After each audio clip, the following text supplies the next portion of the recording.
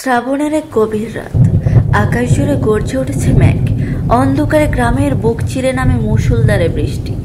চারিপাশে শুধু জল আর গর্জন, যেন প্রকৃতি নিজেই কাঁপছে ভয়ে। কাদায় জড়িয়ে থাকা আঁকাবাঁকা পথ ধরে মাথায় গামছা দিয়ে রফিক নামে এক লোক হেঁটে যাচ্ছে। পাশের গ্রাম থেকে ফিরছে সে।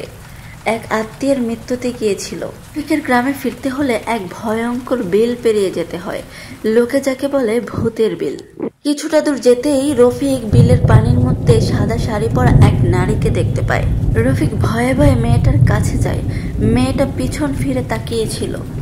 হঠাৎ মেয়েটা তার দিকে তাকাতেই সে চিৎকার করে বলে ওঠে, কে আপনি?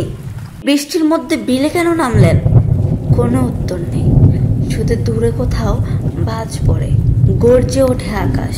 নারীটি ধীরে ধীরে সামনের দিকে হাঁটতে থাকে, কিন্তু না, তার পা তো পানির ওপরেই ভাসছে।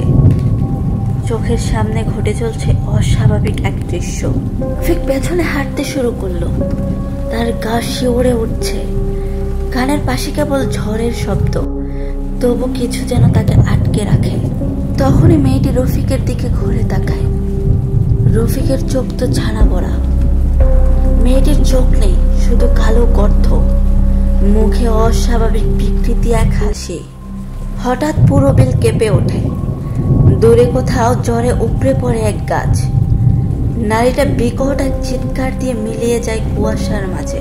রফিক দৌড়ে পালাতে থাকে, পিছলে পড়ে আবার উঠে দাঁড়ায়। তার শরীর কাঁপছে, মুখে শুধু একটাই অনুভূতি, ভয়। রফিক দৌড়াতে দৌড়াতে তার বাড়ির দরজার সামনে এসে লুটিয়ে পড়ে। সে বুঝতে পারে বেঁচে ফিরেছে, কিন্তু সে ঠিক আর আগের রফিক নেই। পরের 3 দিন রফিক জ্বরে অচেতন ছিল, বিছানায় কাঁপছিল, মুখ দিয়ে শুধু বেরোচ্ছিল ফিসফিস শব্দ। সাদা শাড়ি, চোখ নেই, চোখ নেই। এই ঘটনার পর আজও কেউ আর ভূতের বিলে রাতের বেলা পা রাখে না। যারা সাহস করে তারা ফিরে এসে বলে সে এখনো আছে অপেক্ষায়। বন্ধুরা, ভিডিওতে লাইক, সাবস্ক্রাইব ও শেয়ার করতে কিন্তু ভুলো না।